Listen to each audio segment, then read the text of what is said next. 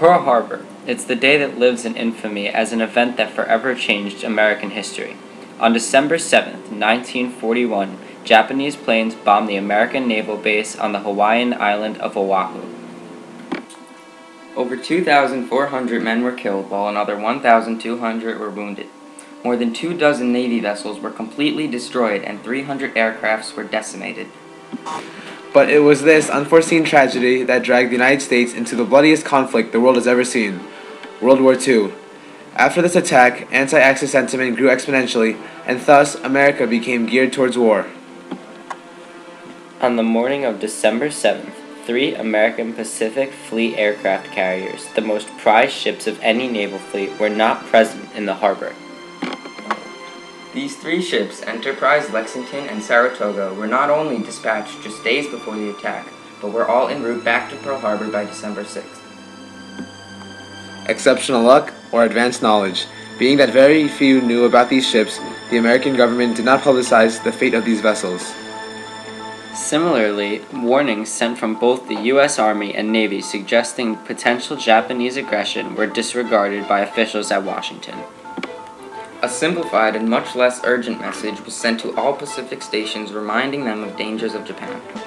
None of the raw intelligence gathered by specialized decryption devices known as purple ciphers were sent. Purple ciphers were in short supply and no cryptographic equipment was present on Hawaii before the attack. Without information directly from Washington, Pearl Harbor was completely in the dark, making the base very susceptible to exploitation as a victim.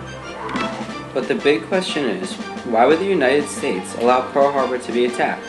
What did we have to gain from thousands of casualties and hundreds of damaged vessels? The answer is a product of President Franklin Delano Roosevelt's extreme desire to join World War II, despite the strong nationalistic sentiment to remain neutral.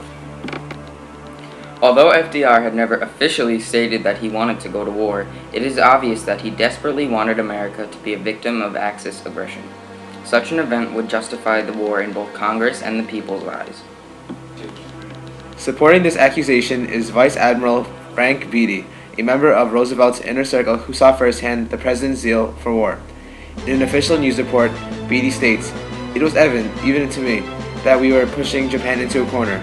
I believe that it was the desire of Franklin Roosevelt and Prime Minister Churchill that we get into the war, as they felt the Allies could not win without us, and all our efforts to cause the Germans to declare war on us failed." He continues, "The conditions we imposed upon Japan to get out of China, for example, were so severe that we knew the nation could not accept them. We were forcing her so severely that we could not have known that she would react toward the United States." Another high-ranking official has insinuated Franklin Roosevelt's advanced knowledge of the attack. American Secretary of War Henry Stimson had accidentally stated that he and FDR contemplated ways in which to make America a victim of Japanese aggression while limiting self-inflicted damage. The President and his administration firmly rejected such a suggestion, and being at war, the masses were less focused on politics and more focused on winning. Measures were in place in the United States to promote our neutrality in the war.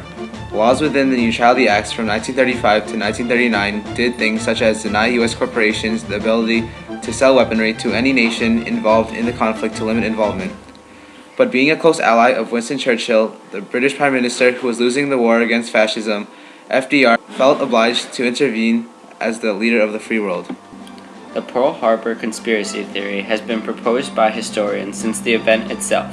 It suggests that the United States military knew about a planned attack on America and let it happen to rally the nation and convince Congress to go to war.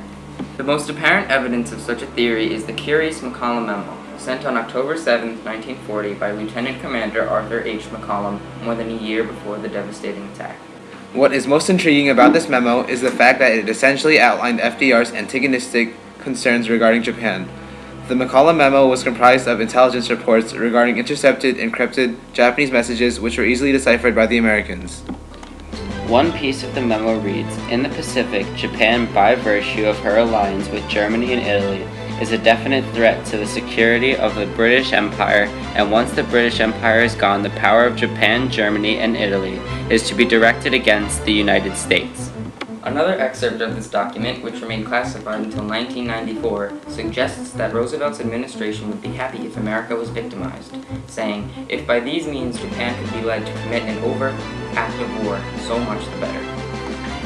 Another peculiar aspect of the attack was Pearl Harbor's total lack of preparation and defense.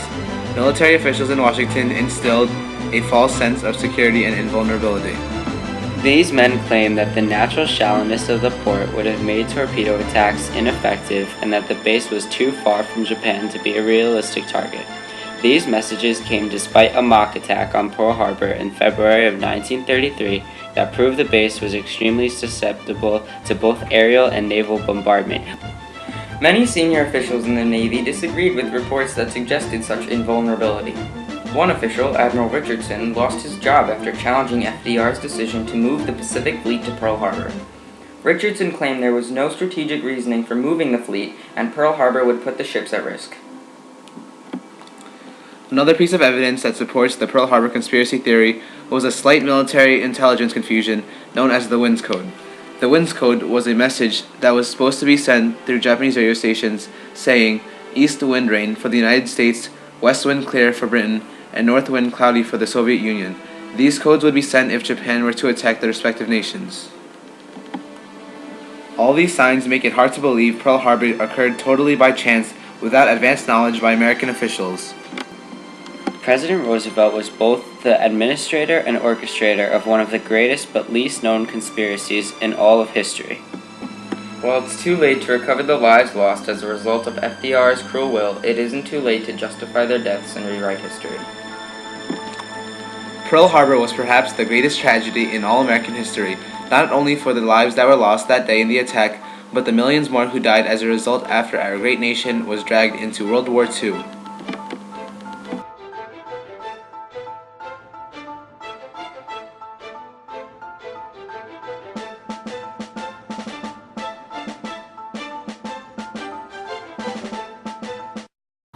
Yesterday, December 7th, 1941, a date which will live in infamy. The United States of America was suddenly and deliberately attacked by naval and air forces of the Empire of Japan.